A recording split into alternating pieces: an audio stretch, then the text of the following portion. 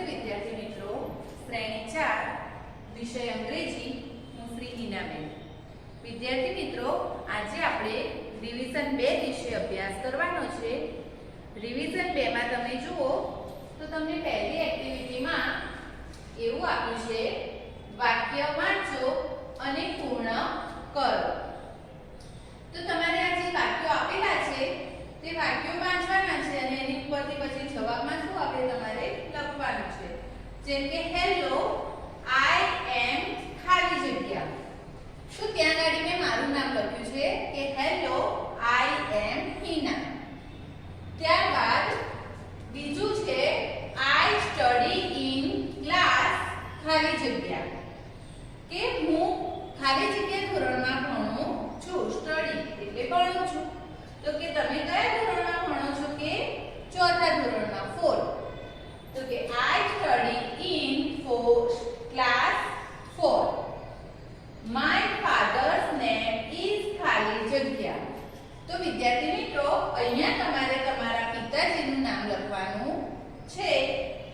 My mother's name is ખાલી જગ્યા, એટલે કે અહીંયા તમારે તમારી મમ્મીનું નામ લખવાનું છે. I love my ખાલી જગ્યા. My family. I love my family. બરાબર, એટલે કે મને મારી ફેમિલી એટલે કે કુટુંબથી ખૂબ જ પ્રેમ છે.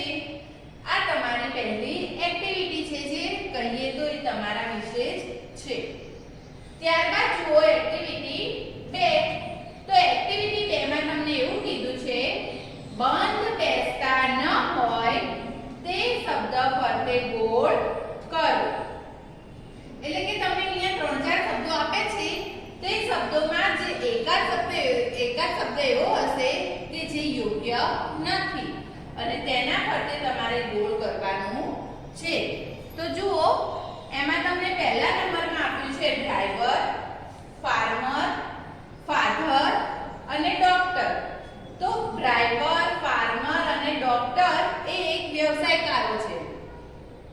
અને આપણે જોઈએ તો તમને જે ફાધર એટલે કે પપ્પા એ વ્યવસાયકારમાં આવતા નથી, એટલે એના પર તમારે ગોળ કરવાનું છે. બીજા નંબરમાં આપ્યું છે બ્રધર, ગ્રાન્ડફાધર, નર્સ અને સિસ્ટર. તો જુઓ, બ્રધર એટલે કે ભાઈ, ગ્રાન્ડફાધર એટલે દાદા અને સિસ્ટર એટલે બહેન. તો આ આપણા સગપણમાં આવે છે. અને એની જગ્યાએ ચોથા નંબરમાં એક શબ્દ આપ્યો છે નર્સ. નર્સ એ એક વ્યવસાયકાર છે, એટલે તમારે અહીંયા ખાલી નર્સ અલગ પડે છે, એટલે એના ફરતે ગોળ કરવાનું છે. ત્યારબાદ તમને ત્રીજા નંબરમાં આપ્યું છે રનિંગ, ડાન્સિંગ, લાફિંગ અને ક્લેપ. તો અહીંયા તો તમને જોઈને જ ખબર પડી જાય એવું છે કે બાકીના ત્રણેય શબ્દોમાં પાછળ આઈએનજી લાગ્યું છે, જ્યારે ક્લેપમાં આઈએનજી લાગ્યું નથી, એટલે એ શબ્દ અલગ પડે છે. ચોથા નંબરમાં આપ્યું છે પેન, બુક, પેન્સિલ અને કાર. તો પેન, બુક અને પેન્સિલ એ ત્રણેય વસ્તુને આપણે ભણવામાં વાપરીએ છીએ, જ્યારે કાર એ વાહન છે. તો એ તમારો અહીંયા શબ્દ અલગ પડે છે. પાંચમા નંબરમાં આપ્યું છે હોસ્પિટલ, ડોક્ટર, સ્કૂલ અને પોસ્ટ ઓફિસ. તો જુઓ, આ હોસ્પિટલ કે જ્યાં ગાડી આપણે દવાખાને બધાને શું કરાવવા કે આપણે સાજા માંદા હોઈએ તો ત્યાં જઈએ છીએ. સ્કૂલ ત્યાં ભણવા જઈએ છીએ અને પોસ્ટ ઓફિસ ત્યાં આપણે આપણા બચત માટે જઈએ છીએ. તો જુઓ વિદ્યાર્થી મિત્રો કે પોસ્ટ ઓફિસ, હોસ્પિટલ અને સ્કૂલ આ ત્રણેય જગ્યા એક એવી છે કે જ્યાં આપણને ભીડભાડ વાળી જગ્યાઓ જોવા મળે. અને ડોક્ટર એ એક વ્યવસાયકાર છે, જે અલગ પડે છે. તો એની ઉપર આપણે ગોળ કરીશું. તો આ તમારી એક્ટિવિટી 2 છે. ત્યારબાદ એક્ટિવિટી 3. તો એક્ટિવિટી 3 માં તમને એવું કીધું છે કે ચિત્ર જુઓ અને વાક્ય વાંચો અને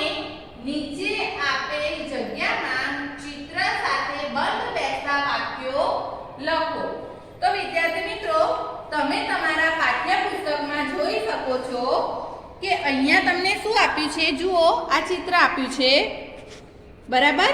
એક બાળક છે, એનું નામ શું છે? રહીમ. અને ત્યાં ગાડી શું છે? તો એક સૂર્ય પણ છે. તો હવે તમને આના ઉપરથી ઘણા વાક્યો આપ્યા છે કે there is a young boy in the picture, એટલે કે અહીંયા એક નવજુવાન છોકરો છે. હિઝ નેમ ઇઝ રોશન. શું તેનું નામ રોશન છે? તો કે ના. એટલે આપણે અહીંયા રોશન લખવાનું નથી. ત્યારબાદ આપ્યું છે હિઝ નેમ ઇઝ રહીમ. તો એનું નામ રહીમ છે, એટલે આપણે લખીશું ત્યાં આપણા બંધ બેસતા વાક્યમાં આવશે his name is Rahim. It is raining. શું ત્યાં વરસાદ થઈ રહ્યો છે? તો કે ના. એટલે આપણે આ વાક્ય પણ લખવાનું નથી. The sun is shining. એટલે કે સૂર્ય દેખાય છે ઉગતો? તો કે હા. સોરી, આ થમતો. તો કે હા. એટલા માટે તમારે આ વાક્ય લખવાનું છે. He is playing cricket. શું તે તમને દેખાય છે કે ક્રિકેટ રમે છે? તો કે ના. એટલે તમારે આ વાક્ય પણ લખવાનું નથી. He is playing hockey. શું તે હોકી રમે છે? હા, જુઓ તે હોકી રમે છે, બરાબર ને? તો તમારે આ વાક્ય લખવાનું છે. વિદ્યાર્થી મિત્રો, અહીંયા તમને નીચે જે ખાલી જગ્યા આપી છે એ ખાલી જગ્યામાં 1, 3, 5 અને 7 આ નંબરના વાક્યો તમારે અહીંયા લખવાના રહેશે. તો જુઓ વિદ્યાર્થી મિત્રો, જે તમને પાઠ્યપુસ્તકમાં ખાલી જગ્યા આપી છે એ ખાલી જગ્યામાં તમારા આ ચારે વાક્યો લખવાના છે કે there is a young boy in the picture. His name is Rahim. The sun is shining. He is playing hockey. જે આપણે ચિત્રમાં જોયું છે. ત્યારબાદ એક્ટિવિટી 4. તો એક્ટિવિટી 4 માં જુઓ, ચિત્ર જુઓ, શબ્દ વાંચો અને ઉદાહરણ પ્રમાણે વાક્ય લખો. તો વિદ્યાર્થી મિત્રો, તમે તમારા પાઠ્યપુસ્તકમાં જોઈ શકો છો કે તમને ચિત્ર આપ્યું છે. એ ચિત્રમાં તમને ડોક્ટર, ફાર્મર, નર્સ અને ટીચર આ 4 વ્યવસાયકારોના ચિત્રો આપેલા છે. અને એની ઉપરથી તમારે અહીંયા નીચે જે એક વાક્ય આપ્યું છે તે વાક્ય પ્રમાણે તમારે નીચેના બાકીના વાક્યો પણ લખવાના છે. તો જુઓ વિદ્યાર્થી મિત્રો, જે પહેલા નંબરનું વાક્ય છે તે તમને શું આપ્યું છે? When I grow up, I want to be a doctor. એટલે આ ડોક્ટરનું વાક્ય આપ્યું છે. ત્યારબાદ બીજું વાક્ય આપ્યું છે When I grow up, I want to be a nurse. When I grow up, I want to be a farmer. ચોથા નંબરનું વાક્ય છે When I grow up, I want to be a teacher. તો તમને જે 4 વ્યવસાયકારોના નામ આપ્યા હતા તેની ઉપરથી આપણે ઉદાહરણ પ્રમાણે વાક્યો બનાવ્યા. અને પછી જુઓ તો તમને ચોપડીમાં એવું કીધું છે કે તમે હવે જે બનવા ઈચ્છો છો તે તમારે અહીંયા લખવાનું છે. જે આ વાક્ય જોયું એ વાક્ય પ્રમાણે તમારે અહીંયા લખવાનું છે. ત્યારબાદ એક્ટિવિટી 4 બાદ એક્ટિવિટી 5. એક્ટિવિટી 5 માં જુઓ, ચિત્ર જુઓ અને માંગ્યા પ્રમાણે જવાબ લખો. તો એમાં પણ વિદ્યાર્થી મિત્રો તમારે પહેલા તો ચિત્ર જોવાનું છે કે ચિત્રમાં તમને શું આપ્યું છે. તો જુઓ, તમે તમારી પાઠ્યપુસ્તકમાં જોઈ શકો છો કે તમને અહીંયા ઘણા બધા બાળકો આપેલા છે અને કયું બાળક શું કાર્ય કરે છે તે તમારે અહીંયા લખવાનું છે. તો એની ઉપરથી તમને ઘણા બધા પ્રશ્નો આપ્યા છે, એના આપણે જવાબ લખીશું. How many girls are there in the picture? એટલે કે તમને પિક્ચરમાં એટલે કે ચિત્રમાં કેટલી છોકરીઓ જોવા મળે છે? તો કે 8 girls. બરાબર? How many boys are there? તમને ચિત્રમાં તો ચિત્રમાં 9 બોયઝ, કેટલા? 9 છોકરાઓ જોવા મળે છે. ત્રીજા નંબરમાં આપ્યું છે how many children are reading, એટલે કે કેટલા બાળકો વાંચી રહ્યા છે? 2. કેટલા છે? 2 children. How many children are writing? કે કેટલા બાળકો લખી રહ્યા છે? રાઇટિંગ એટલે લખવું. કેટલા બાળકો લખી રહ્યા છે? તો એનો જવાબ પણ આવશે 2. પાંચમા નંબરમાં આપ્યું છે how many children are sleeping, એટલે કે કેટલા બાળકો સૂઈ ગયા છે? તો એનો જવાબ આવશે 1. એક બાળક તમને ચિત્રમાં સૂતું દેખાશે. how many children are crying, crying એટલે રડવું. કેટલા બાળકો ચિત્રમાં રડી રહ્યા છે? તો 2 બાળકો ચિત્રમાં રડી રહ્યા છે. સાતમા નંબરમાં આપ્યું છે how many children are shouting, કેટલા બાળકો બૂમો પાડી રહ્યા છે? shouting, shouting એટલે બૂમો પાડવી. તો કે કેટલા બાળકો બૂમો પાડી રહ્યા છે? તો કે 2 બાળકો બૂમો પાડી રહ્યા છે.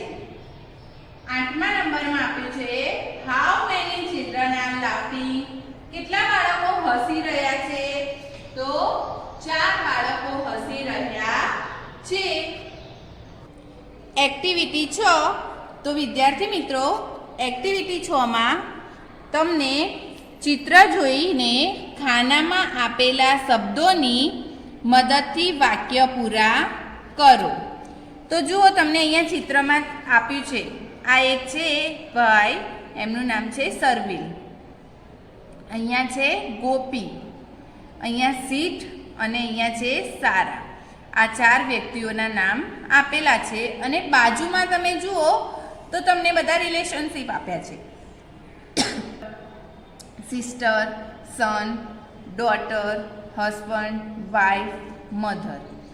અને આ બધા તમારા જે રિલેશનશિપ આપેલા છે એનો ઉપયોગ કરીને આપણે આ ખાલી જગ્યા પૂરવાની છે. તો જુઓ વિદ્યાર્થી મિત્રો, આપણે એમાં જોઈએ કે શર્વિલ પહેલા નંબરમાં આપ્યું છે. મિત્રો, આપણે જે પાઠ્યપુસ્તકમાં જોયું ચિત્રો અને રિલેશનશિપ, એના આધારે આપણે આ ખાલી જગ્યાઓ પૂરીશું. એમાં 1 નંબરમાં આપ્યું છે સરવીલ ઇઝ ગોપીઝ ખાલી જગ્યા. તો સરવીલ એ ગોપીનો કોણ કહેવાય? તો કે husband. Gopi is Sarvil's wife. બરાબર. બીજા નંબરમાં આપ્યું છે સારા ઇઝ સીડ્સ. સારા અને સીડ એ ભાઈ બહેન છે. તો સારા એ સીડની શું કહેવાશે? Sister. Sara is Sid sister and Sid is Sara's brother. ત્રીજા નંબરમાં આપ્યું છે Sid is Sarvil's son. Sid એ સરવીલનો છોકરો છે and Sarvil is Sid's father. સરવીલનો છોકરો સીડ છે અને સીડના પપ્પા કોણ છે? તો કે સરવીલ. ચોથા નંબરમાં આપ્યું છે સારા ઇઝ ગોપીઝ ડોટર. સારા ગોપીની છોકરી છે, દીકરી છે એન્ડ ગોપી ઇઝ સારાસ મધર. તો ગોપી શું થઈ? સારા માટે એની મમ્મી. આ તમારી એક્ટિવિટી 6 ના જે તમને રિલેશનશિપ આપ્યા હતા એના ઉપરથી આપણે ખાલી જગ્યાઓ જોઈ. ત્યારબાદ જોઈએ એક્ટિવિટી 7. તો એક્ટિવિટી 7 માં જુઓ વિદ્યાર્થી મિત્રો કે તમારે પહેલા તો આપણે ચોપડીમાં જુઓ, તમને પાઠ્યપુસ્તકમાં આપ્યું છે એક્ટિવિટી 7 કે અહીં આપેલો ફકરો વાંચો. ધીસ ઇઝ મોહન, એટલે કે આ જે ચિત્ર આપ્યું છે કોનું ચિત્ર છે? મોહનનું.